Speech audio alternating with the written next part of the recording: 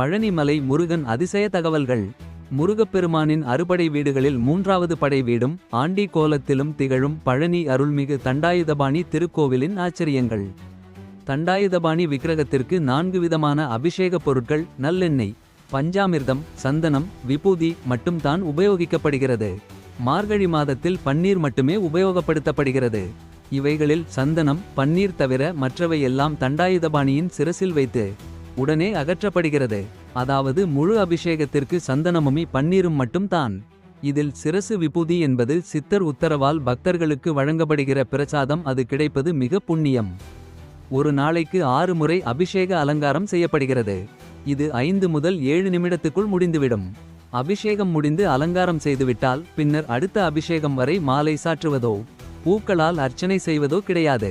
இரவில் முருகனின் மார்பில் மட்டும் வட்ட வடிவில் சந்தன காப்பு சார்த்தப்படுகிறது. விக்கிரகத்தின் புருவங்களுக்கிடையில் ஒரு பொட்டு அளவுக்கு சந்தனம் வைக்கப்படும்.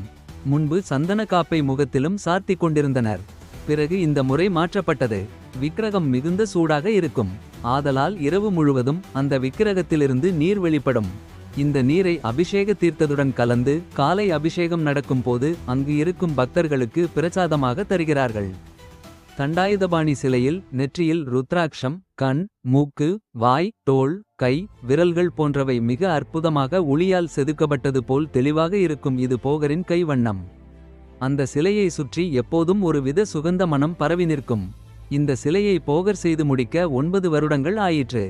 அம்பாள், முருகர், அகத்தியர் இவர்களுடைய உத்தரவுக்கு பின்தான் போகர் இப்படி ஒரு சக்தி வாய்ந்த சிலையை செய்ய முயற்சி எடுத்ததாகவும், இதற்காக 4000க்கும் மேற்பட்ட மூலிகைகளை பல இடங்களிலும் சென்று தேர்வு செய்து 81 சித்தர்கள் இந்த நவபாஷாணத்தை போகர் சொற்படி தயார் செய்தனர்.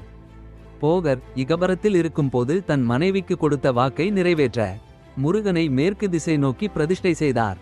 இதனால் மலைநாட்டில் உள்ளவர்களுக்கு பழனி முருகன் குல தெய்வம் ஆனார்.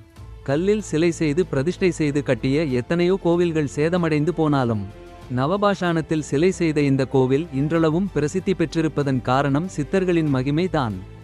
தண்டாயுதபாணி சிலைக்கு இடது பக்கத்தில் ஒரு சின்ன மரகத லிங்கம் உள்ளது. அவரை தரிசிக்க வலது பக்கமாக சென்று தீபம் காட்டுதல் வேண்டும். ஏனெனில் தீப ஒளி இல்லாமல் அந்த லிங்கத்தை தரிசிக்க முடியாது.